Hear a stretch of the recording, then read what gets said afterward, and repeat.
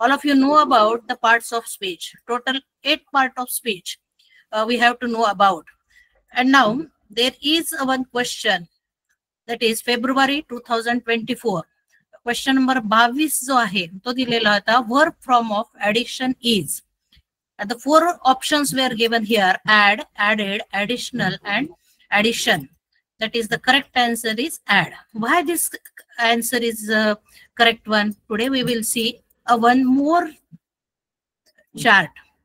That is, we called it as the word formation by using the prefix and suffixes. आता हा जो topic आपण बघणार आहोत याच्यामध्ये आपल्याला पाहिलेलं होतं की वर्ब कोणतं आहे.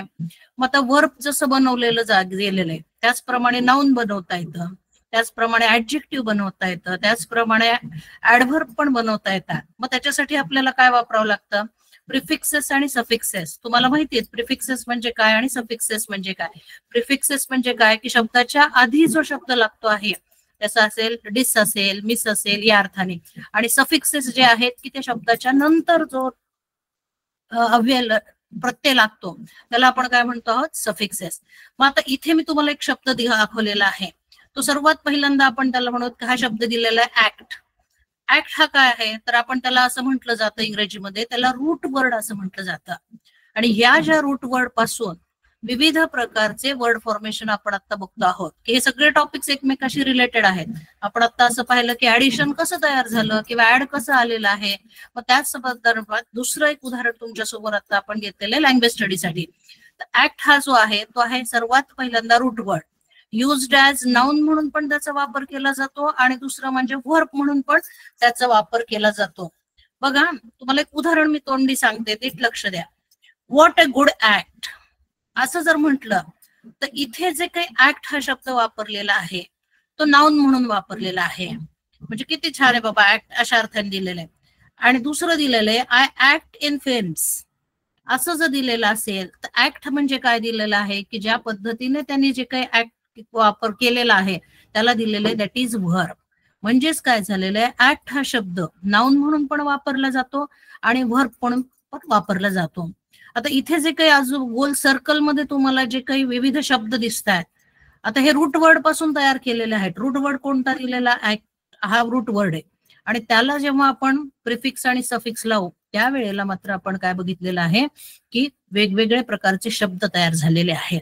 यालाच आपण काय म्हणतो? Word formation. आपल्याला एक टॉपिक आहे तुम्हाला प्रिफिक्सेस आणि सफिक्सेस खास एक आपल्याकडे सेक्शन तो पण आहे. त्याच्याच बरोबर आपण आता हे पण पाहिलेलं आहे वर्ड फॉर्मेशन कसं तयार केलेलं आहे आणि त्याचबरोबर how to make verb, how to make noun, adjective अशा अर्थाने. आता ऍक्ट मध्ये एक एक शब्द तुम्हाला फक्त समजून सांगते. सर्वात पहिल्यांदा काय केलं? Route word act. ऍक्टला आपण काय लागलं? ION. हा जेव्हा सफिक्स लागलेला आहे तेव्हा त्याचं काय झालेलं आहे? नाउन तयार झालेलं आहे. आता इथे खाली तुम्ही त्याच्यामध्ये बघताल ऍक्टिंग म्हटलेलं आहे, हे सुद्धा नाउन तयार झालंय. ऍक्टिव्हेशन म्हटल्यानंतर ते एक नाउन तयार झाले. ऍक्टिव्हेट हा वर्ब झालेला आहे. ऍक्टिव्ह हा ऍडजेक्टिव्ह झालेले. ही is a very active person असं म्हटलं जातं. मग त्या पर्सन बद्दल विशेष माहिती सांगणारा शब्द कोणता होता? हा ऍक्टिव्ह दिलेला आहे. तो खूप ऍक्टिव्ह आहे अशा ते. ऍक्टिव्हली LY जेव्हा प्रत्यय लागतोय त्यावेळेला काय झालेलं आपल्याला दिसत आहे की जेव्हा LY प्रत्यय लावला तेव्हा ऍडव्हर्ब तयार झालेला आहे. त्याचबरोबर ऍक्शनेबल दिलेला आहे. एखाद्या व्यक्तीने गुन्हा केलेला आहे and now this deed is very actionable. त्या गुन्ह्यावर आपल्याला काहीतरी ऍक्शन घेतली पाहिजे. मग आता काय लावलेलं आहे त्याच्या पाठीमागे? ABLE हा सफिक्स लावलेला आहे. त्याचबरोबर ऍक्टिव्हिटी हे सुद्धा काय झालेले? नाउन झालेले. म्हणजेच आपल्याला असं लक्षात आलं की जेव्हा आपण एक शब्द आहे त्या एका शब्दाचे आपल्याला जवळजवळ 9 एक शब्द तयार झालेले आहेत. त्याच्यामध्ये नाउन्स आहेत, काही काही ऍडजेक्टिव्ह आहे, व्हर्ब आहे आणि त्याचबरोबर आपण पाहिलेलं आहे की ऍडव्हर्ब पण आहे. आता इथे बघा, इथे तुमच्यासाठी एक लिस्ट समोर दिलेली आहे मी. त्याला प्रिफिक्सेस वाढले आणि दुसरी जी स्लाइड आपण बघणार आहोत त्याच्यामध्ये सफिक्सेस पण दिलेले आहेत. आता प्रिफिक्सेस म्हणजे साधारणतः 2-3 उदाहरणं आपण इथे बघू. तुम्हाला सगळ्यांना माहिती आहेत सफिक्सेस आणि प्रिफिक्सेस. आता बऱ्यापैकी तो पण टॉपिक तयार झालेला आहे तुमचा. मग याच्यामध्ये कोणकोणते आहेत? नेहमी यूज केले जाणारे UN.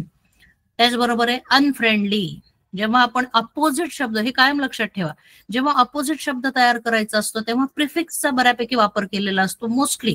अगदी म्हणजे ह्याच्यामध्ये नीट लक्षात बघा तुम्ही, जेव्हा अशा प्रकारचे तुम्ही अपोजिट वर्ड जेव्हा कलेक्ट कराल तुम्हाला अजून एक मला असं सांगायचं आहे की आत्ताचे जे युनिट तुमचे तयार झालेले सगळे, म्हणजे टेक्स्टबुक मधलं बोलते मी, टेक्स्टबुक मध्ये तुम्हाला 1 to 4 पार्ट्स मध्ये जे ह्याच्यामध्ये पाहिलेलं आहे पुस्तकामध्ये, तर जेव्हा तुम्ही प्रोज वाचलेला असेल त्यावेळेला तुम्ही जर अपोजिट वर्ड्स आणि सिमिलर वर्ड अपोजिट वर्ड्स जेव्हा काढताल त्यावेळेला तुम्हाला असं लक्षात येईल काही प्रिफिक्सेस लावून सुद्धा आपल्याला अपोजिट वर्ड तयार झालेले आहेत. जेव्हा आपण इथे सगळे तुम्ही प्रिफिक्सेसची एक फर्स्ट लाईन दिलेली आहे, त्याच्यामध्ये अन दिलंय, अंडर दिलेलं आहे, ट्राय दिलेलं आहे, ट्रायंगल असं दिलेलं आहे, देन सब दिलेलं आहे, त्याचबरोबर सेमी दिले, री दिलेले, रिटर्न, प्रिफिक्स असं दिलेलं आहे, पोस्ट मॉर्टम दिलेलं आहे, पॅरामेडिक दिलेलं आहे, ओव्हरलुक दिलेलं आहे. हे सगळे जे प्रिफिक्सेस आहेत, त्याच्यानंतर मिसइंटरप्रेट दिलेलं आहे, मिसअंडरस्टँडिंग असू शकेल, नॉनसेन्स, हे सगळे जे प्रिफिक्स आहेत या प्रिफिक्सेसमुळे मात्र अजून एक आपल्याला लक्षात येते, म्हणजेच लँग्वेज स्टडीमध्ये आपल्याला असं दिसतं की एका शब्दामुळे आपल्याला प्रिफिक्सेस लावले तर अपोजिट शब्द पण मिळत आहेत. हा पण एक महत्वाचा मुद्दा घ्या, त्याला वर्ड फॉर्मेशन म्हटलेलं आहे. म्हणजे या सफिक्स प्रिफिक्सेसमुळे आपल्याला विविध प्रकारचे शब्द, नाउन, वर्ब, ऍडजेक्टिव्ह, ऍडव्हर्ब आणि त्याचबरोबर अपोजिट वर्ड सुद्धा आपल्याला पाहायला मिळत आहेत काही ठिकाणी. त्याच्यानंतर आता ही जी दुसरी लिस्ट दिलेली आहे ती आहे सफिक्सेसची दिलेली आहे. सफिक्सेस म्हटल्यानंतर हे सगळे शब्द तुम्हाला मेन जो रूट वर्ड दिलेला आहे त्या रूट वर्डच्या नंतर लागलेला जो प्रत्यय असतो त्याला आपण काय म्हणतो, सफिक्सेस असं म्हणतो. साधारणतः नेहमी वापरात येणारं FUL, त्याच्यामध्ये दिले वोफुल दिलेलं आहे किंवा ब्युटिफुल, हा सोपा शब्द तुम्हाला सांगते. ब्युटिफुल म्हटलं ब्युटी आणि त्याच्या पुढे काय लागलेले FUL लागले आहे, तेव्हा तो शब्द झालेला ऍडजेक्टिव्ह तयार झालेला आहे. ब्युटी पासून काय तयार झाला तर ब्युटिफुल तयार झालेला आहे. त्याच्यानंतर आपण असं पाहिलेलं लेस असेल, शिप असेल, फ्रेंडशिप, अजून एक शब्द तयार झाला SHIP.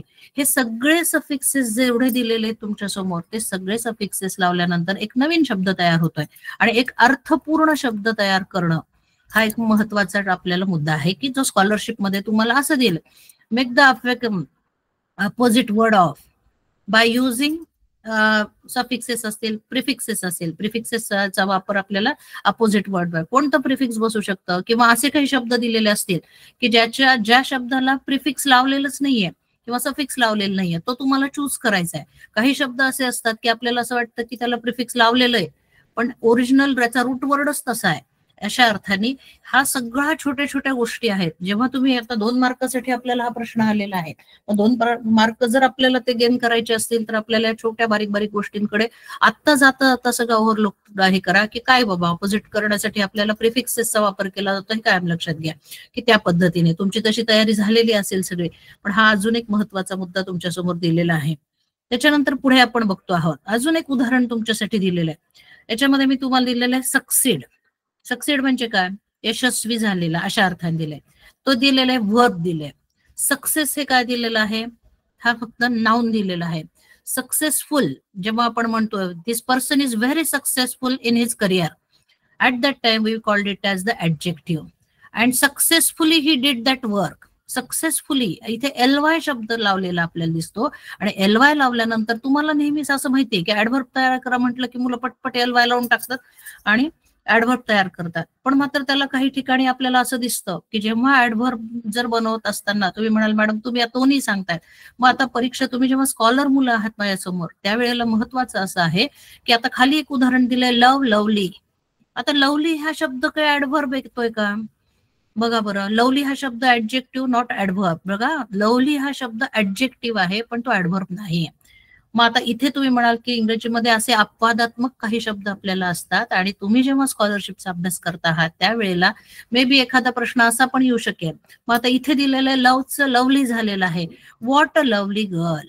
जेव्हा आपण एखादा हे दिलेलं आहे ऍडजेक्टिव्ह म्हणून इथं लवली आलेलं आहे, it is not a adverb. हा एक महत्वाचा मुद्दा नीट लक्षात घ्या की जेव्हा प्रश्न एखादा ट्विस्ट करून विचारला जाईल किंवा मुद्दा म्हणून तुम्ही काय म्हणालात हे ऍडव्हर्ब आहे, कारण खाली जर मी तरी तुम्हाला उदाहरण दिले किंवा या वाक्यामध्ये लवली काय म्हणून आलेलं आहे, ऍडव्हर्ब म्हणून आलेला आहे, ऍडजेक्टिव्ह म्हणून आलेला आहे का नाउन म्हणून आलेलं आहे का अजून काय वेगळा शब्द दिलेला आहे. असा जर प्रश्न आला तर त्यावेळेला तुम्हाला आता वाक्याचा संदर्भ नीट ओळखावा लागेल. मग इथे आपल्याला काय दिलेलं आहे, ऍडजेक्टिव्ह म्हणून आलेलं आहे. He did his work successfully असं जर दिलेलं असेल, सक्सेसफुली म्हणजे त्यांनी त्याचं काम अतिशय यशस्वीरित्या पूर्ण केलं, त्यावेळेला तो सक्सेसफुली काय असेल, इज अ ऍडव्हर्ब. लक्षात, he is a successful person असं असेल तर FUL म्हटल्यानंतर तिथे ऍडजेक्टिव्ह म्हणून वापर केलेला आहे. हे एक महत्वाचं एक उदाहरण मला आज तुम्हाला द्यायचं होतं, कारण अशा प्रकारे LY लावल्यानंतर असं होऊ शकतं. तेव्हा तुम्ही जे वाक्य तुमच्या समोर येणार आहे ते अतिशय काळजीपूर्वक वाचा आणि व्यवस्थितरित्या तुम्हाला माहित असलेले नियम आणि तुम्हाला माहित असलेले सफिक्सेस प्रिफिक्सेस त्याचा कसा वापर केलेला आहे हा एक महत्वाचा मुद्दा तुम्हाला आज सांगायचा होता. त्याच्यानंतर पुढे बघा, आपण आता एक दुसऱ्या टॉपिक कडे वळणार आहोत आणि दुसऱ्या टॉपिक मध्ये आपल्याला असं बघायचंय पार्ट्स ऑफ स्पीच. त्याच्यामध्ये इंटरजेक्शन सर्वात शेवटचं जे काही 8वा पार्ट जो दिलेला आहे लास्ट वन त्याला आपण असं म्हणतो इंटरजेक्शन. ही 24ची तुमची जी प्रश्नपत्रिका आलेली आहे त्याच्यामध्ये इंटरजेक्शनवर प्रश्न आलेला आहे. त्या प्रश्नाच्या अनुसरून मी आता हे सगळं आपल्याला पाहिलेलं आहे.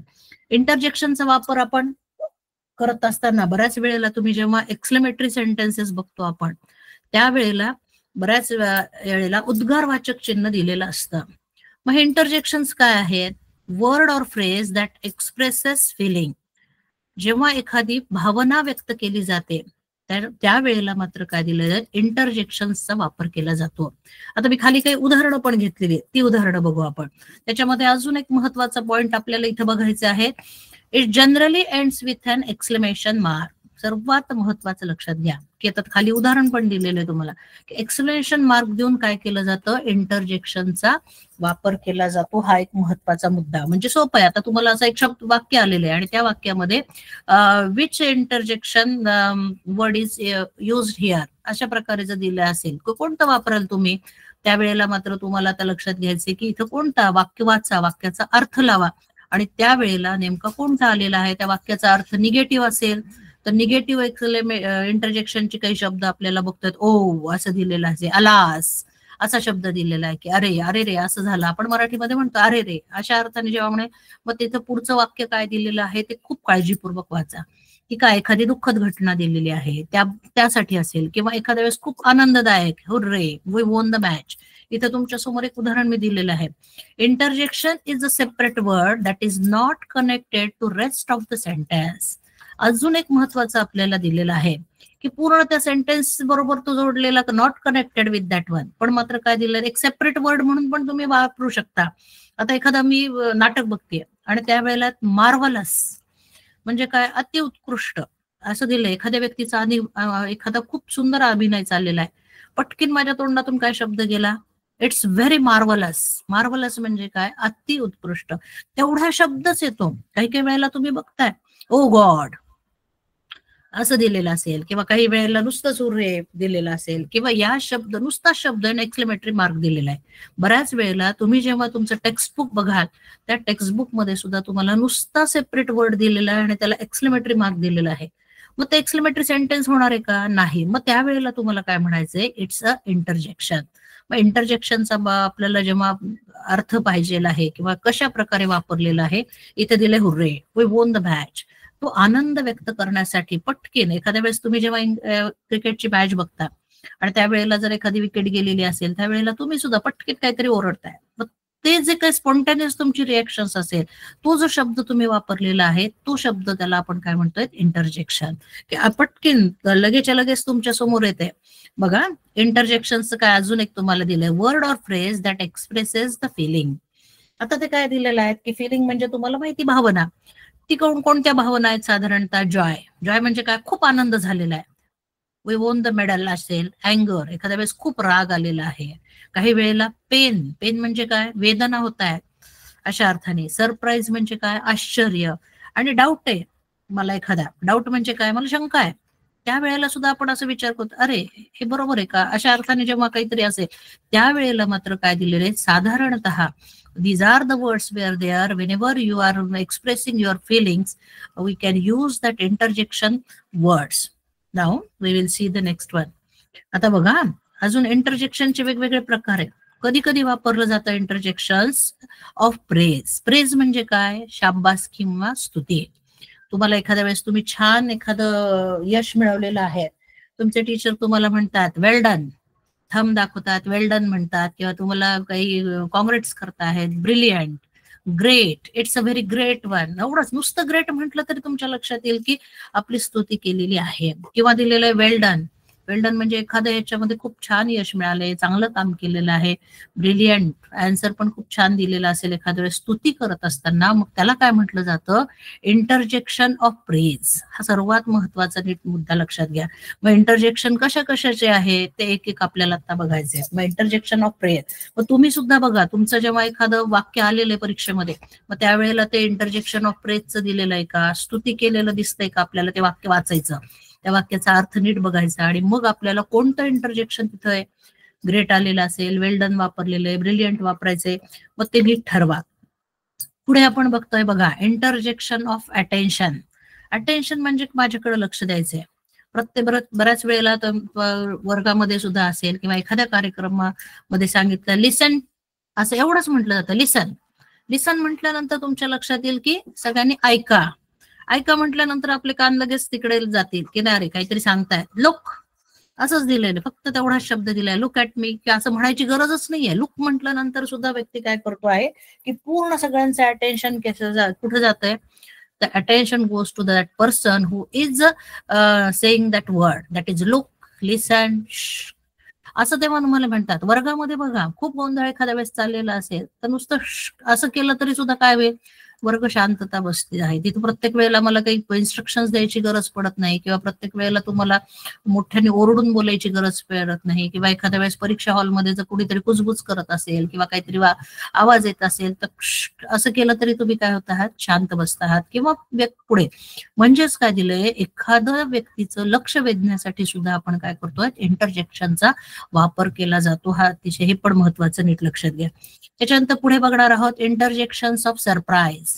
सरप्राईज म्हणजे आश्चर्य व्यक्त करण्यासाठी.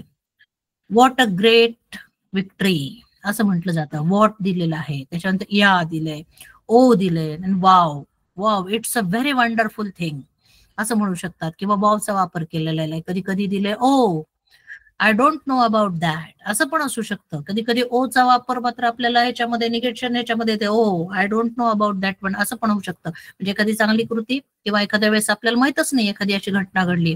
आणि what, what a great surprise, कोणीतरी अचानक भेटले तुम्हाला, त्यावेळेला सुद्धा काय दिलं, व्हॉट अशा अर्थाने. किंवा तुम्हाला माहित नाहीये, एखादी घटना घडली, एखादी बातमी तुम्हाला माहितच नाहीये, आणि तुम्ही गेल्यानंतर कोणीतरी तुम्हाला सांगितलं व्हॉट, अशा अर्थाने जेव्हा तुम्ही उत्स्फूर्तपणे बोलताय त्यावेळेला मात्र लक्षात घ्या, there is interjection of surprise, you use that word. After that is the interjection of greetings. Greeting म्हणजे अभिवादन करणे. ग्रीटिंगला काय म्हणतात, भेट झाल्यानंतर जेव्हा दोन व्यक्ती भेटतात, आजकालच्या ह्याच्यामध्ये आपण बघतो की पूर्वीच्या काळी मराठीमध्ये वेगवेगळे शब्द वापरले जातात, इंग्रजीमध्ये वेगळे वापरले आहेत. हे, हॅलो, हाय, हे जे दिलेले आहेत हे अभिवादन करण्यासाठी सुद्धा आपल्याला वापरले जातात. की अभिवादन म्हणजे की कॉमन आहे की हाय हॅलो. तुम्ही जेव्हा एखाद्या वेळेस मेसेज करतात त्यावेळेला मोस्टली लोक हाय हॅलो याने सुरुवात करतात, हे अशा अर्थाने. म्हणजे त्याला काय म्हटलेलं आहे, इंटरजेक्शन ऑफ ग्रीटिंग्स. हे जे इंटरजेक्शनचे प्रकार आहेत ते नीट लक्षात घ्या, आणि त्या पद्धतीने तुम्हाला जे वाक्य येईल त्या वाक्यामध्ये त्याचा योग्य तो उपयोग कोणता येणार आहे या अर्थाने. पण त्याच्यानंतरचा आपल्याला पुढचा एक टॉपिक आपल्याला पुढे बघायचा आहे, जो लँग्वेज स्टडीमध्ये अतिशय महत्वाचा आहे. त्याच्यावर प्रश्न असतातच बऱ्याच वेळेला. त्याला दिलेलं आहे टाइप्स ऑफ सेंटेन्स. आतापर्यंत एवढं समजलेलं असेल. आता आपण पुढच्या टॉपिककडे वळणार आहोत. असे हे 3-4 टॉपिक्स आपण, आणि त्याच्यानंतर मग उरलेली प्रश्नपत्रिका आपल्याला बघायची. आता हे सगळे टाइप्स ऑफ सेंटेन्सेस हा प्रश्न सुद्धा आपण बघितलेला आहे. त्याचबरोबर सेंटेन्स फॉर्मेशन ज्या वेळेला आपण बघतो, सेंटेन्स फॉर्मेशन या परीक्षेमध्ये पण 24 मध्ये आलेलं आहे, त्याच संदर्भामध्ये मी हा घेतला. सर्वात पहिल्यांदा जेव्हा सेंटेन्स फॉर्मेशन आपण बघतो आहोत त्यामध्ये आपल्याला टाइप्स ऑफ सेंटेन्स आणि सेंटेन्स फॉर्मेशन हे रिलेटेड आहे दोन्ही. इंग्रजीमध्ये आपण बघणार आहोत की त्याचा इथे कसा उपयोग होईल ते पण समजून सांगते, आणि पुढे पण आपण बघणार आहोत. All of you know about there are 4 types of sentences. That is, first one is the assertive sentence, second one is the imperative sentence, that is the exclamatory sentence, and last one is the interrogative sentence. Assertive sentence ला सुद्धा दुसरं काय म्हटलं जातं माहितीये का, declarative sentences असं म्हटलं जातं. These are the 4 types of sentences. आणि याच्यानंतर आपण पुढचं एक टॉप त्याच्यामध्ये बघणार आहोत.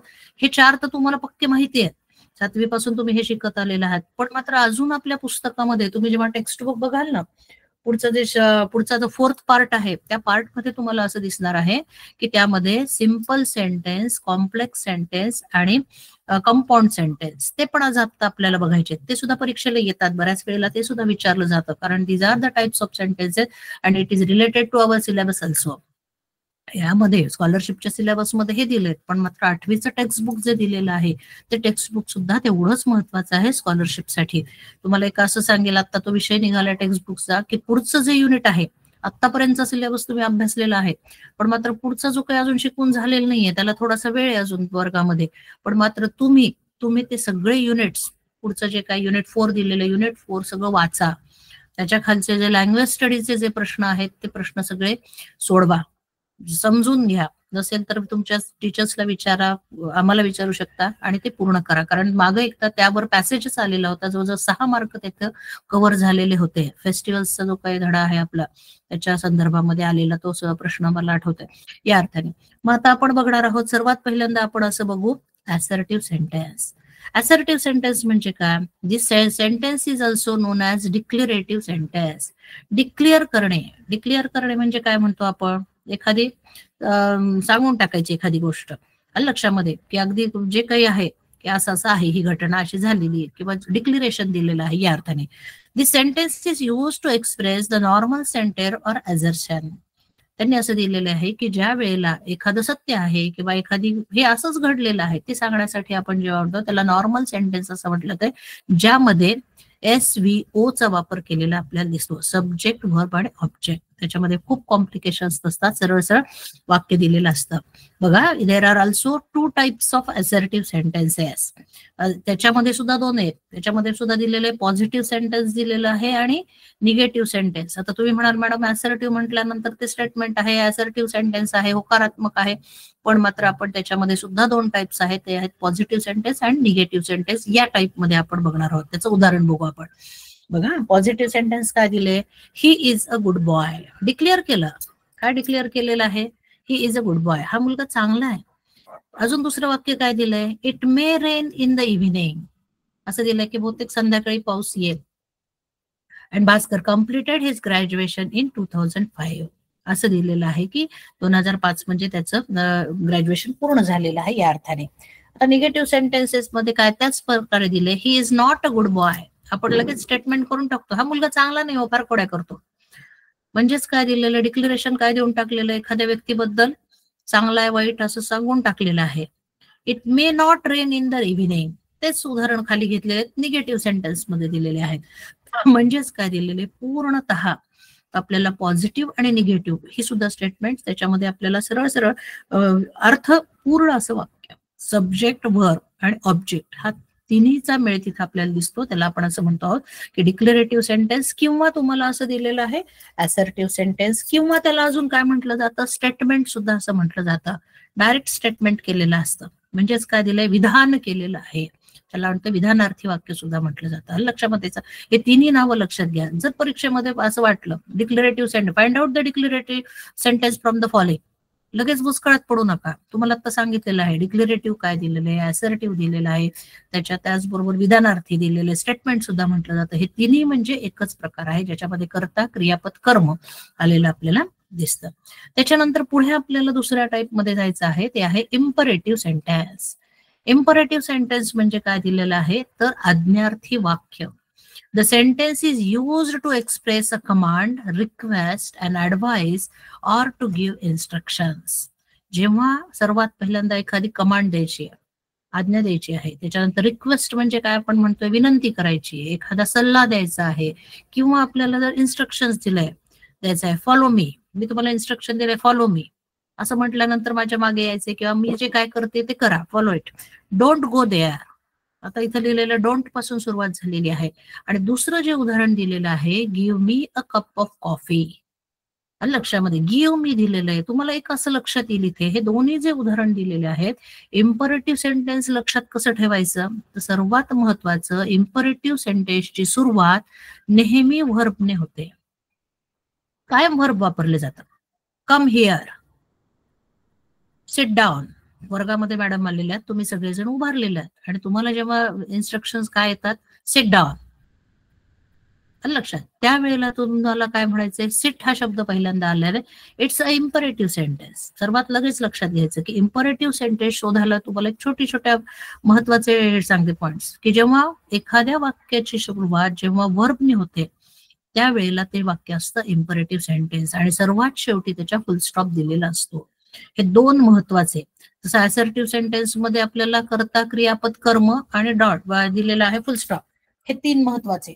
इथे मात्र काय दिलेलं, इम्परेटिव्ह सेंटेन्स मध्ये आपल्याला सर्वात महत्वाचं असं लक्षात घ्यायचं की व्हर्बनी सुरुवात झालेली आहे आणि फुल स्टॉप पण देण्यात आलेला असतो. त्यावेळेला आपण म्हणतो आहोत की हा कुठलं सेंटेन्स आहे तर इम्परेटिव्ह सेंटेन्स आहे. हा सर्वात महत्वाचा मुद्दा. त्याच्यानंतर पुढे आपल्याला असं बघायचं आहे एक्सक्लेमेटरी सेंटेन्स. एक्सक्लेमेटरी म्हणजे काय, आता आपण जसं हे पाहिलं इंटरजेक्शन्स पाहिलेले. एक्सक्लेमेटरी सेंटेन्सेस मध्ये सुद्धा आपल्याला दिसेल the sentence is used to express strong feelings. अगदी उच्च याची जी भावना आपण एखादी व्यक्त केली जाते त्यावेळेला आपण काय म्हणतो आहे त्याला एक्सक्लेमेटरी सेंटेन्स. खूप आनंद झालेला आहे, खूप एखादं छान चित्र तुम्ही पाहिलेलं आहे, किंवा आपण म्हणतो आहोत की एखादी तुमची जी भावना स्पॉन्टॅनियस फिलिंग जेव्हा एक्सप्रेस करायचे असतात त्यावेळेला एक्सक्लेमेटरी सेंटेन्सचा वापर होतो. त्याच्यानंतर वी यूज एक्सक्लेमेटरी सिम्बॉल्स. प्रत्येक एक्सक्लेमेटरी मार्क शोधण्याचे दोन प्रकार तुम्हाला सांगणार आहे मी आता. थोडंसं पुढचं एक स्लाइड घेते आणि सांगते. सर्वात पहिल्यांदा एक्सक्लेमेटरी मार्क दिलेला असतो, हा सर्वात महत्वाचा हे घ्या. त्याच्यानंतर W and H sentence starts with what and how. बघा, डब्ल्यू अँड एच सेंटेन्स असं म्हटलं जातं. तुम्ही फक्त एवढं जरी लक्षात ठेवलं तर पहिलं जे उदाहरण मी दिलेलं आहे, what a beautiful scenery it is दिलेलं आहे. व्हॉटने सुरुवात झालेली आहे आणि त्याच्यामध्ये काय दिले, beautiful scenery it is. He scenery किती छान आहे, हे दृश्य किती छान आहे, हे निसर्ग किती छान आहे असं दिलेलं आहे की या अर्थाने दिले. What a beautiful picture it is असं पण असू शकतं. म्हणजेच आपल्याला असं लक्षात येतं की एक्सक्लेमेटरी सेंटेन्स व्हॉट ने सुरू होतात. किंवा दुसरं दिलेलं आहे how wise you are. How दिलेलं आहे, हाऊ ने सुरुवात, हाऊ वाईज तू किती छान आहेस, तू किती काइंड आहे, how you kind you are असं जेव्हा म्हटलेलं आहे की एकतर आपल्याला असं लक्षात ठेवायचंय व्हॉट नी सुरुवात झालेली असेल किंवा हाऊनी झालेली असेल आणि त्या वाक्याच्या शेवटी तुम्हाला एक्सक्लेमेटरी मार्क आलेला असेल. आता आपण इंटरजेक्शन्स पाहिलेले, तो परत टॉपिक इथे पण रिलेट होतोय. बघा इथे कसं झालेलं relate. Interjections are wow, alas and bro असं दिलेलं आहे. हे सुद्धा शब्द जे दिलेले आहेत त्याच्या आधी आपण सगळं शिकलेलो त्याच्यामुळे त्याच्यावर काही फार बोलत नाहीये. वाव, इंडिया वोन द मॅच. भारताने विजय मिळवल्यानंतर सगळ्यांच्या तोंडातून पटकन जो काही उच्चार आलेला आहे त्याप्रमाणे काय दिलेलं आहे की हा वावचा वापर केलेला आहे, ब्राउचा वापर केलेला आहे की जेणेकरून वाक्याची सुरुवात इंटरजेक्शनने झालेली आहे आणि पुढे. मग आता तुम्हाला जर प्रश्न असा आला, find out the exclamatory sentence from the following, तर तुम्ही आता इथं तर मग वाव दिसतं, एक्सक्लेमेटरी मार्क आलेला आहे. आता इथे इंटरजेक्शन आपल्याला काही विचारलंच नाहीये पण वाक्यामध्ये एक्सक्लेमेटरी मार्क आलेला आहे. त्याच्यानंतर इंटरजेक्शन्स म्हणजे सुद्धा एखादी भावना व्यक्त करण्यासाठी वापरलेला शब्द आहे.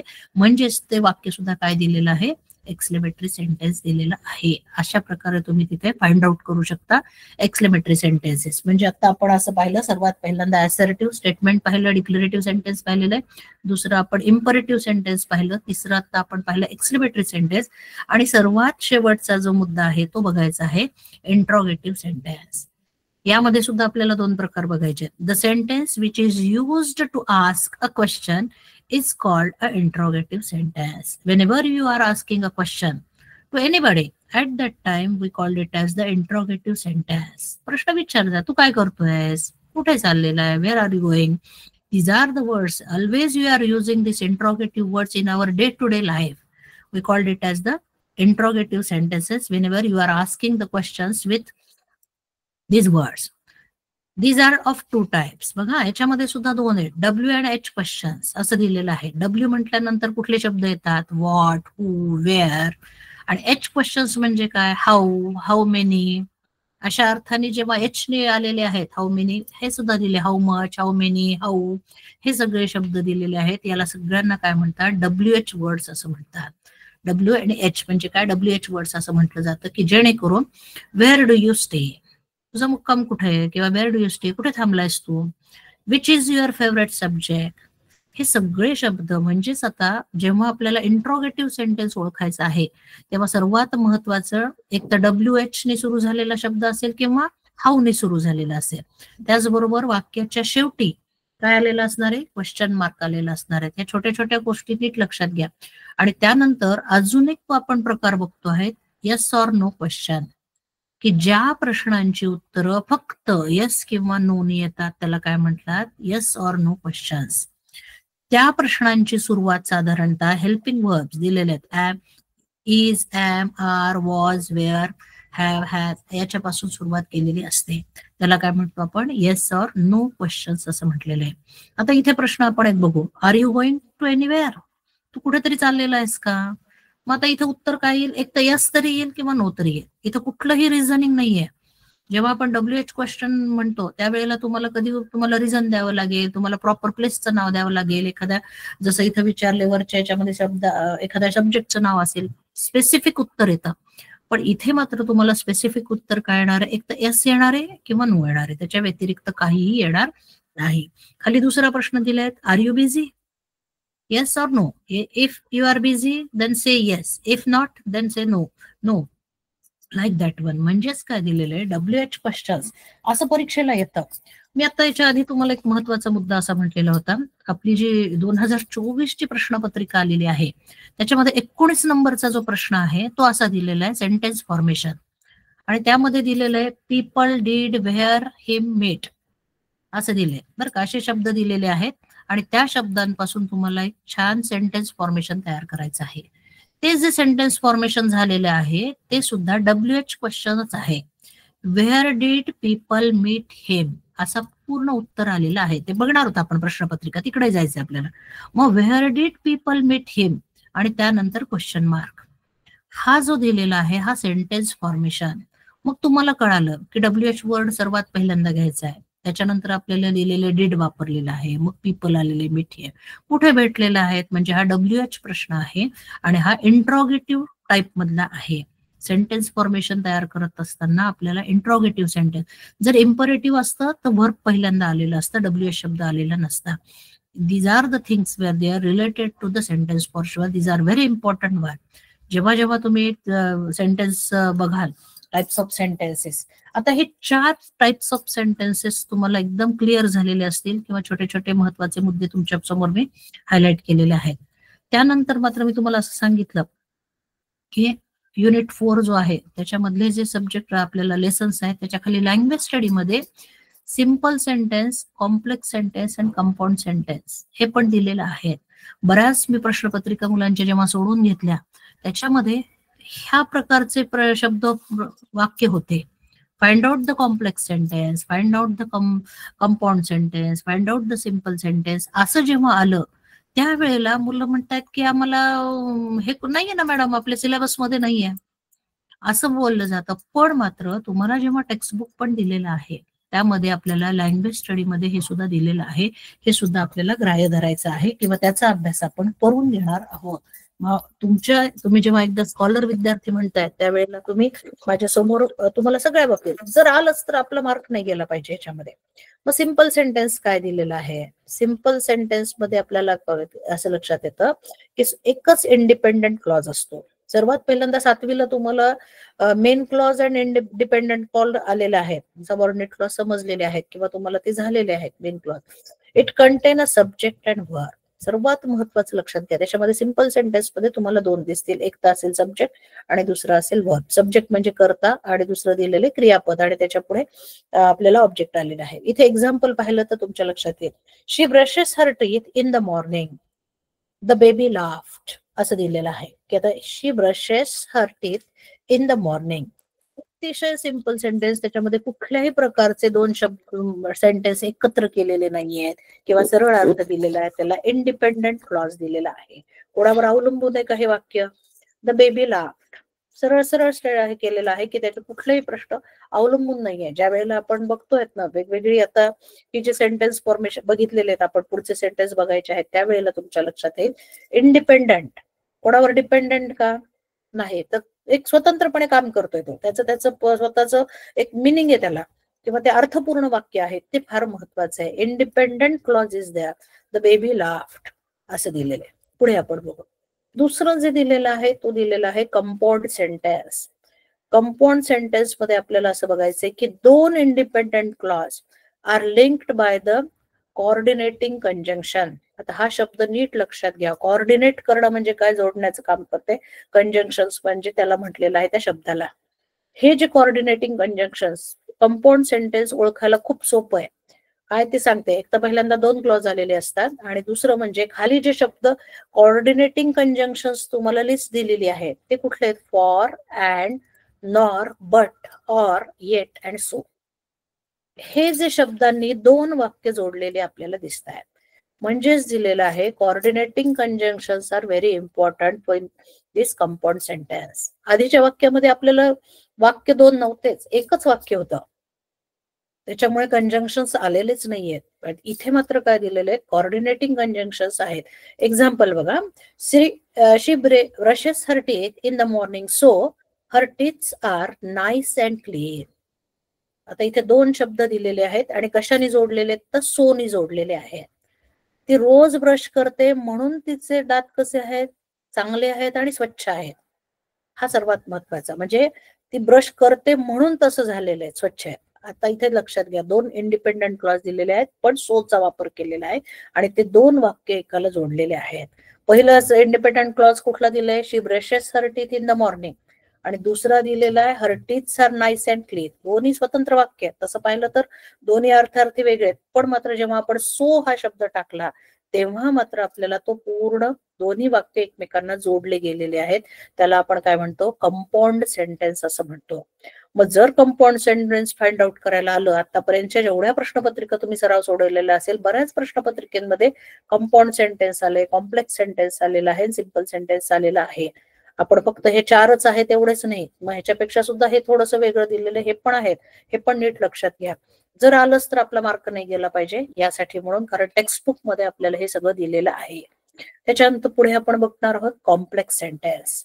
Complex sentence contain one independent clause and one or more subordinate clause. एक आपल्याला दिलेला आहे की एक पहिल्यांदा इंडिपेंडंट क्लॉज दिलेला आहे. एक वाक्य जे आहे ते अर्थपूर्ण वाक्य आणि दुसरं जे दिलेलं आहे त्याला सबऑर्डिनेट क्लॉज म्हटलेलं आहे. गौण वाक्यांश त्याला असं म्हटलं जातं. मोर एक किंवा दोन त्याच्यापेक्षा जास्त त्याला काय दिलेला, सबऑर्डिनेट क्लॉज दिलेला असतो. Subordinate clause are linked either a subordinating conjunction.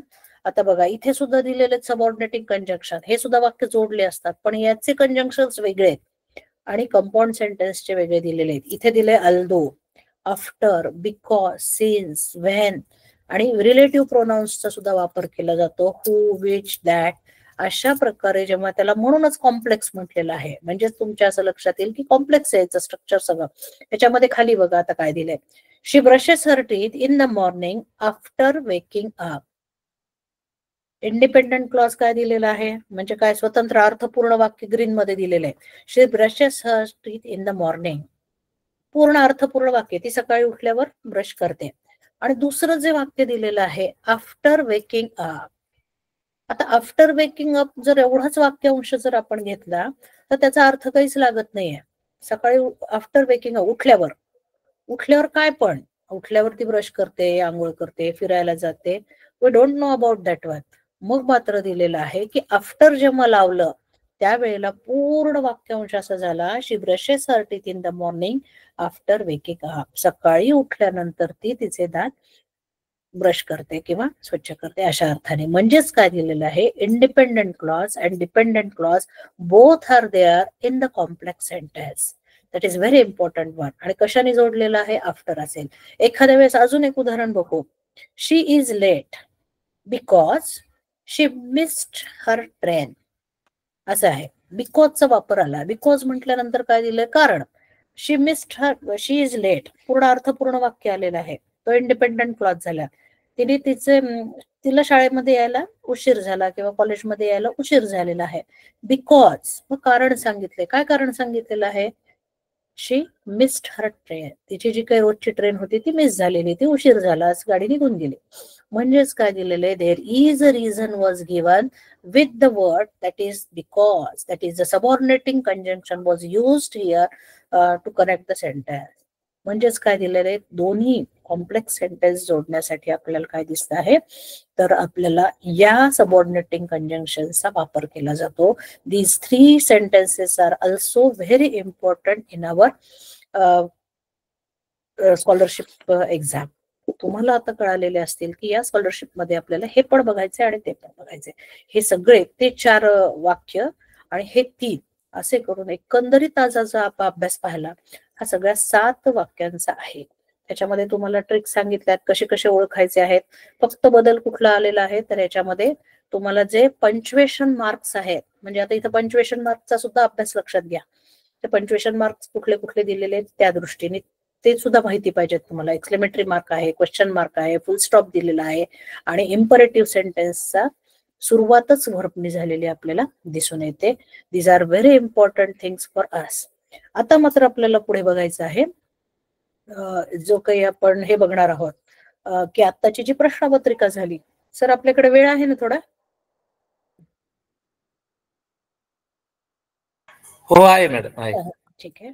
आता ही जी प्रश्नपत्रिका आपल्या समोर आलेली आहे याच्यामध्ये मी आन्सर सगळे हायलाइट करून घेतलेले आहेत. पहिला प्रश्न आपण बघू. मुलांना सूचना आहे, मॅडमने जे स्क्रीन शेअर केलेली आहे ती स्क्रीन तुम्ही झूम करून पाहिली तर तुम्हाला आणखी मोठी दिसेल. आपण असं बघतो आहोत. पहिला प्रश्न बघू. याच्यामध्ये he dash me a mail and told there is a gift parcel of dash bottles. आता इथं दिलेलं आहे आपल्याला होमोफोन्सचा वापर केलेला आहे. होमोफोन्स म्हणजे उच्चार सारखे, स्पेलिंग वेगळं आणि अर्थ वेगळा. आता इथं उत्तर आलेलं आहे सेंट. सेंट म्हणजे पाठवणे आणि sent parcel of scent bottles अत्तर अशा अर्थाने त्यांनी दिलेले आहेत. म्हणून इथं काय दिलेलं आहे, पहिला शब्द जो दिलेला आहे, पहिली पेअर दिलेली, 2 होमोफोन्सचा आपले एक पेअर दिलेली आहे आणि तिथे दोन्ही शब्द त्या वाक्यामध्ये कुठे सूट होत आहे. आता दुसरं सेकंड पाहिलं तर सेकंड ह्याच्यामध्ये आता तुम्ही अजून एक ते पण बघा. आता अजून काय ज्या प्रश्नपत्रिका सोडवणार आहात हे 4ही ऑप्शन ज्या वेळेला तुम्हाला पक्क माहिती की हेच उत्तर बरोबर आहे त्यावेळेला तुम्ही डायरेक्ट लिहा. पण ज्या वेळेला कन्फ्युजन असेल तेव्हा पुढचे सगळे जे काही ऑप्शन्स असतात ना, एकदा विचार करायचा, हे का नाही येते, हे काय झालं. हा तर ही सवय तुम्ही लावलेली असेलही, मे बी नसेल तर अजूनही विचार करा की आपण प्रश्नपत्रिका सोडवत असताना मग इथे का नाही आहेत. आता इथे सेंड आलेलं आहे, पुढे आपल्याला दिलेले सँड आलेलं आहे, त्याच्यानंतर गेट हा शब्द आला आहे, GAT गेट आलेला आहे किंवा सेंट आलेला आहे. मग हा शब्द कुठंच त्याला मॅच होत नाहीये. मग आता अत्तराची काय असते, बाटली असते लक्षामध्ये, तो महत्वाचा लक्षात घ्या. आणि आता पाठवलं मी अ मेल, मला मेल पाठवलाय. आता तुम्ही नेहमी टेक्नोसेवी सगळेजण आहेत, तुम्हाला माहिती आहे सगळेजण मेलचा वापर करतात. मेल पाठवलेला आहे, मग काय मेल सेंड. आपण म्हणतो की I sent a message, I sent a mail, I sent a letter अशा अर्थाने. म्हणजे इथे दिले टोल्ड आलेला आहे म्हटल्यानंतर तो टेन्स पण नीट लक्षात घ्या. पुढे 2 नंबरचा प्रश्न तो दिलेला आहे, तर हा दिलेला आहे number of imperative sentence in 8. आत्ताच मी तोच टॉपिक घेतलेला आहे. आता याच्यामध्ये छोटेसे काही एक वाक्य दिलेले आहेत. याच्यामध्ये जो काही दिलाय, come here, what happen, tail me all, may be एखाद्या क्लासरूम मधला किंवा घरातला कुठला तरी हे दिलेला असेल, एक संदर्भ थोडासा दिलेला आहे. मग याच्यामध्ये इम्परेटिव्ह सेंटेन्सेस कोणते आले, तर पहिलं come here, tell me all आणि तिसरं write all on this paper. त्यांनी लिहायला लावलंय की रे बरं इथं सगळं काय काय आहे. म्हणजे इथं टोटली किती झालेले आहेत, 3 प्रश्न जे दिलेले आहेत, 3 जे काही इम्परेटिव्ह सेंटेन्सेस आले. त्याच्यानंतर खाली बघा एक स्लोगन आलेली आहे, avoid too much use of mobile phones and. आता याच्यामध्ये सेव्ह होम येईल का, नाही. मग सेव्ह अर्थ येईल का, it is related to the time and it is related to the eye problem. So save your time and be safe for your eye problems असं दिलेलं आहे. त्याच्यानंतर पुढे आपण काय बघणार आहोत, रीड द ऍडव्हर्टाइजमेंट. आता पुढे ऍडव्हर्टाइजमेंट दिलेली आहे, एका शाळेची दिलेली आहे आणि त्याच्या संदर्भामध्ये ती वाचल्यानंतर खाली प्रश्न दिले. The advertisement is given for the post of. इथे दिलेलं आहे प्रिन्सिपल. प्रिन्सिपलची आहे का, प्राचार्यासाठी दिलेली का नाही, किंवा मुख्याध्यापकांसाठी दिली का नाही, क्लार्कसाठी दिलेली का नाही, it is for the teacher. पिऊन म्हणजे शिपायांसाठी दिलेली का नाही. मग कुठं दिलेलं आहे, इथं तर सायन्स टीचर. मग इथं नुसतंच टीचर टाकलेलं आहे. इथं कन्फ्युज तुम्ही होणार, इथं सायन्स टीचर तर दिलं नाही, पण it is for the teacher. The subject was not mention here. That is also we should know about that one also. पुढे बघा आता काय दिलेले, अजून इथे दिलेले last date of application is. मग आता तुम्हाला ती ऍडव्हर्टाइजमेंट नीट वाचायची आहे, खूप घाई करू नका. घाईघाईमध्ये आता इथं 15 सगळीकडेच 15 आलेले आहेत. पण आता एप्रिल महिना आहे, जून आहे, मार्च आहे, काय दिलेलं आहे आणि इयर पण काय दिलेलं ते अतिशय व्यवस्थितपणे शांतपणे वाचा, खूप गडबड करू नका. आणि मग मात्र करेक्ट उत्तर काय आलेलं आहे 15 जून 2023. 6वा प्रश्न असा दिलाय, complete the sentence by using the correct form of the verb. मग काय शो करणार आहे तो? Simple future tense. Simple future tense म्हणजे तुम्हाला माहितीच पाहिजे शल किंवा विल आणि वर्बचं पहिलं फॉर्म आलेला पाहिजे. तुम्ही जे नियम शिकलेले आहात किंवा तुम्हाला जे फॉर्म्युले माहिती आहेत, it is we know about that one. You will get good marks. Future tense, तुला चांगले मार्क मिळतील इन फ्युचर अशा अर्थाने दिलेले. म्हणून इथं काय दिलंय, जेव्हा शल विल येतं तेव्हा अजून एक लक्षात ठेवा, कधीही वर्बचं पहिलं वर्ब फॉर्म येतो, पास्ट टेन्स येत नाही, कायम लक्षात ठेवा मॅडम. त्याच्यानंतर खाली एक हा पॅसेज दिलेला होता आणि या पॅसेजवरचे काही प्रश्न दिलेले आहेत. आता अजून तुम्हाला एक महत्वाचं याच्यामध्ये, we have the technology to destroy the dash according to the Hawkins. Stephen Hawkins नावाचं एक व्यक्तिमत्व आणि त्यांच्याबद्दलची हे एक छोटा पॅसेज दिलेला आहे. मग त्यांनी काय म्हटलेलं आहे, त्याच्यामध्ये वेगवेगळे शब्द तुमच्या लक्षात येतील किंवा ते वाचल्यानंतर लक्षात येईल. तर प्लॅनेट हा शब्द बरोबर आलेला आहे, कारण एअरक्राफ्ट नाहीये, स्पेस नाही, टँक नाही, हे शब्द नाही आहेत तिथे. मग प्लॅनेट हा दिलेला शब्द अतिशय तिथं प्रॉपर बसतोय. त्याच्यानंतर खाली बघा, आता खालचा प्रश्न मुद्दामून मला तुम्हाला हायलाइट करून दाखवायचा आहे, सांगायचा आहे. Choose incorrect alternative to complete the following diagram. आता हा इथे वाचत असताना मुलांची गडबड काय होती, इनकरेक्ट हा शब्द वाचलाच जात नाही. आपल्याला कायम बरोबर उत्तर कोणतं शोधायची घाई असते. आता इथं तुम्हाला इथे बसणारच नाहीये, इनकरेक्ट आन्सर पाहिजे आहे, तेव्हा व्यवस्थित शांतपणे प्रश्न वाचा आणि मग पुढे जा. याच्यामध्ये दिलेलं आहे, हा रॉबरी हा शब्द कुठंच आलेला नाहीये. रॉबरी म्हणजे काय, चोरी करणे अशा अर्थाने. बाकीचे सगळे बरोबर ऑप्शन्स आलेत. वर्ल्ड्स टुडे चॅलेंजेस, की जगापुढचे पुढचे उद्याचे काय दिलेले आहेत आव्हानं. तर मग इथं रॉबरी, इथं पॅसेज मध्ये रॉबरी हा शब्द आलेलाच नाहीये, म्हणून तिथं तो प्रॉपर वर्ड होत नाहीये. त्याच्यानंतर पुढे दिलेला आहे, क्लॉकच्या संदर्भामध्ये आलेला आहे. It is 5 to 11 o'clock, the school bell will ring after 20 minutes. आता 5:15 to 11, 5 to 11 सॉरी. आणि मग मात्र दिलेलं आहे 20 minutes, that means at dash o'clock. शाळा सुटायची वेळ झालेली आहे, म्हणजेच किती वाजता शाळा सुटणार आहेत, 11:05 वाजून किती मिनिटं झालेले आहेत, 11 मिनिटं झालेले आहेत. आणि त्याच्या पुढे जर तुम्ही जाणार असाल तर इट्स अ 11:15. 20 मिनिट्सनी किती येणार आहेत, तर त्या दृष्टीने ते उत्तर बरोबर आले.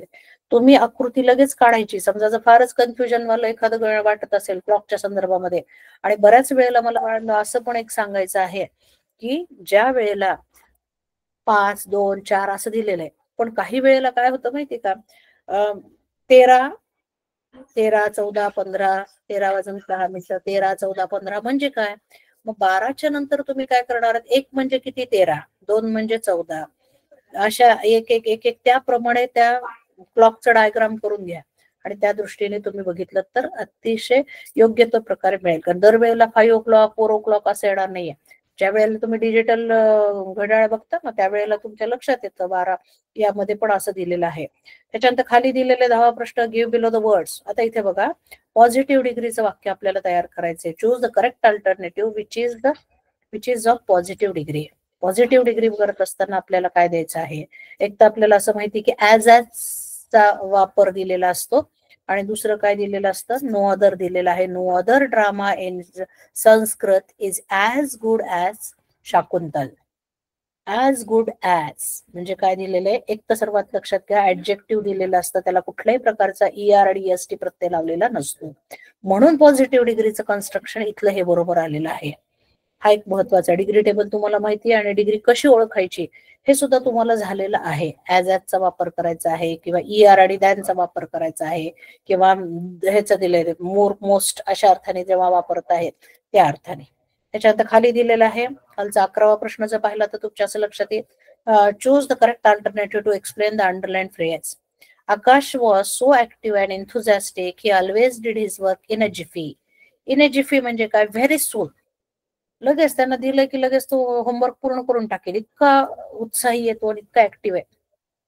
That is the meaning. इथे आता दिलेलं आहे फ्रेजेसचे वाक्य वेगवेगळ्या प्रकारे कसे येतात म्हणजे जे वाक्य दिलेलं आहे त्याच्याशी रिलेटेड. इंग्रजीमध्ये असंच आहे, कारण एकच शब्द वेगवेगळ्या ह्याच्यामध्ये कशा कशा प्रकारे तो अर्थ देतोय आपल्याला या अर्थाने. मग इथे काय दिलेलं, correct answer is very soon. Choose the alternative underline word. बघा इथे सुद्धा तोच अशाच प्रकारचा आहे. When I met my grandmother after long time we recollect my childhood moments. Recollect म्हणजे काय, रिमेंबरिंग द पास्ट, आठवणे त्याला म्हटलं जातं, की त्याला इंग्रजीमध्ये रिकलेक्ट असतात म्हटलं, रिकलेक्ट द मेमरीज असं म्हटलं. म्हणजेच काय, की जुन्या गोष्टी मला त्या आठवत गेल्या सगळ्या आजीला भेटल्यानंतर. So it is the correct meaning of that underline word is remembering the past. कारण काय झालं, खूप दिवसांनी आजीला भेटली after long time, and so they are recollecting the childhood moment, लहानपणीच्या सगळ्या गोष्टी या अर्थाने दिले. आता इथे जे दिलेले आहे, इथे ह्या पॅसेज वरचे प्रश्न आहेत. त्याच्यामध्ये Sushruta was a bright student हे वाचल्यानंतर तुमच्या लक्षात येईल. त्याच्यानंतर आता ग्रामर सेक्शन मध्ये महत्वाचं पॅसेज ह्याच्यावरचे घेण्यापेक्षा पुढचे घेते मी. किती दिवस, हे प्रश्नांची उत्तर सगळे तुम्हाला पॅसेज मधूनच द्यायचे आहेत. तिथे काही आपल्याला तुमचं हे दिलेलं आहे, तुमचं आकलन किती झालेलं आहे तुम्हाला त्या. हा बघा, आता इथे बघा, हा जो दिलेला आहे underlined word from the given alternate. This year there is a great loss for India that popular singer Lata Mangeshkar passed away. आता इथं दिलेले पॉप्युलरचा अर्थ दोन आहेत, एक तर फेमस इन आणि व्हेरी वेल नोन. लता मंगेशकर एवढ्या प्रसिद्ध होत्या, त्यांना फेमस पण शब्द आहे, व्हेरी वेल नोन पण आलेला आहे. या पद्धतीने तो शब्दांचे अर्थ आलेले आहेत. खाली बघा, active voice and passive voice, खूप मोठा टॉपिक आहे. My father was given a jeep by the government. आता इथे दिले correct alternative of active voice, the government gave a jeep to my father. That is the active व्हॉइसचं वाक्य आपल्याला बघायचं होतं, त्या अर्थाने इथे तो करेक्ट आलेला ऑप्शन दिसतोय. त्याच्यानंतर खाली हे दिलेलं आहे, पझल दिलेलं आहे. या पझल मध्ये जर आपल्याला अर्थपूर्ण शब्द द्यायचा असेल तर इथं वर आलेला आहे पहिला शब्द, E is the correct alphabet, that is needle, that is test is the. तिन्ही शब्द जे आलेले ते बरोबर येत आहे. 19 मध्ये काय दिलेलं आहे बघा, मी आत्ताच हा प्रश्न सोडून घेतला तुमचा. पीपल डिड व्हेअर हिम मेट. आता इथे दिले व्हेअर डिड पीपल मेट हिम, आणि त्याच्यानंतर आलेला आहे क्वेश्चन मार्क. म्हणजे आता जो अर्थपूर्ण शब्द, फ्रेम अ मिनिंगफुल क्वेश्चन, अशा अर्थाने दिलेले. मग मात्र तो जो काय आहे फ्रेम क्वेश्चन बरोबर झालेला आपल्याला दिसून येतं, म्हणून तो 1 नंबरचा पूर्ण आहे. आता 20 मध्ये काय दिलेले बघा, choose the correct alternative of indirect speech. We are orphans. Orphans म्हणजे तुम्हाला हा शब्द आधी मला सांगते, ऑर्फन्स म्हणजे आम्ही अनाथ मुलं आहोत. तुमचा जो हा धडा दिलेला आहे ना,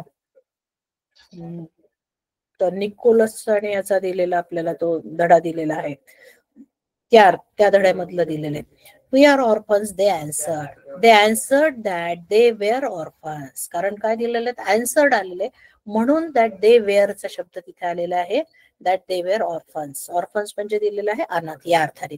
आता हे जे खाली रिडल दिले बघा, रिडल अतिशय रोजच्या तुमच्या नेहमीच्या ह्याच्यातलं.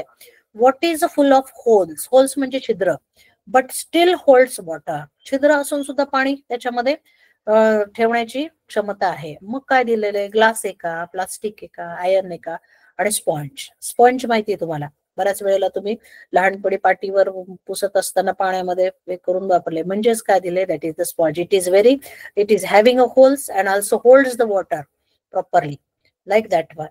At the work from of addition, that is the add. आत्ताच घेतलेला आहे मी तो पण शब्द तुमचा. आता इथे दिलेले आहेत एक्सप्रेशन्स दिलेले आहेत. ओ अँड अला शी डायड ऑफ हंगर. त्याने दिलेलं आहे की कशामुळे गेलेली ती, एक हे झालेले बाबा, इंटरजेक्शनचा वापर केलेला आपल्याला दिसून येतो.